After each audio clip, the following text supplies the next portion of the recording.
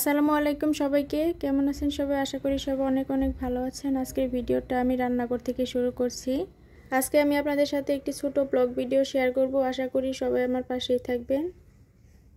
যেহেতু রান্নাবান্না কম ছিল, তার জন্য ফ্রিজ থেকে এই তো দুধের বোতলগুলো বের করে নিয়েছি। আর এগুলো আমি এখন নর্মাল করে তো ছোট ছোট বোতলে রেখে দেব।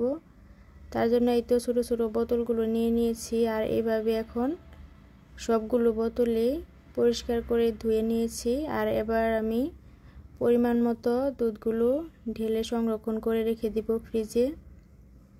আমি দেখা যায় যে অনেকগুলো বড় বড় বোতল হলে তো তখন আমি ছোট ছোট বোতলে এইভাবে দুধগুলো সংরক্ষণ করে রাখি। আর এটা যখন যেটা প্রয়োজন পড়ে তো আমি সেইভাবেই বের করে নেই। আর এই তো দেখতেই পাচ্ছেন আমি এখানে পরিমাণ মতো নিয়ে নিয়েছি। ফ্রিজটা ছোট হওয়াতে দেখা যায় যে একটু কষ্ট করে চলতে হয়, দেখা যায় যে অনেক কিছু এখানে ধরে না। তো এইবার এই তো দেখতেই পাচ্ছেন আমি কিভাবে সবগুলো রেখে দিচ্ছি। এখানে আসলে জায়গাটা কম ছিল, তার জন্য বড় বড় বোতলগুলো রাখা যায় না। আর এইদিকে আমি আজকে একটা রেসিপি করে নেব। তো আমি এখানে কিছুটা বাদাম ভেজে নিচ্ছিলাম। আর আজকে আমি বাদামের একটা ভর্তা শেয়ার করব আপনাদের সাথে। নতুন বন্ধুরা যারা যারা আমার ভিডিওতে যুক্ত হয়েছেন তারা প্লিজ আমার ভিডিওতে একটি লাইক দিয়ে ভিডিওটি কন্টিনিউ করবেন। আর এই তো দেখতে পাচ্ছেন আমি বাদামগুলো ভেজে এভাবে খোসা ছাড়িয়ে নিয়েছি। আর দেখা যায় যে খোসা ছাড়াতে ছাড়াতে অর্ধেকটাই খাওয়া হয়ে গিয়েছে। আর যেটুকু পরিমাণে আছে তো এইটুকু দিয়ে আমি আজকে ভর্তা বানাবো। তো ভর্তাটা বানানোর জন্য প্রথমে আমি কিছু শুকনা মরিচ সাথে 2টা কাঁচামরিচ দিয়েছি আর পেঁয়াজ কুচি দিয়েছি। দিয়ে একটু হালকা তেলে ভেজে নিয়ে এবার আমি পাটায় লবণ দিয়ে সাথে সবগুলো একত্রে এখন বেটে নিচ্ছি।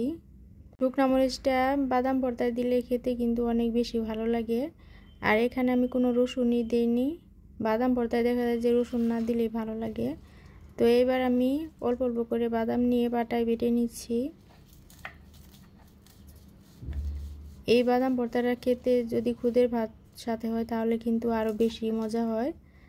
তো আমি আজকে গরম ভাতের সাথে খেয়েছি, খেতে কিন্তু বেশ মজা হয়েছিল।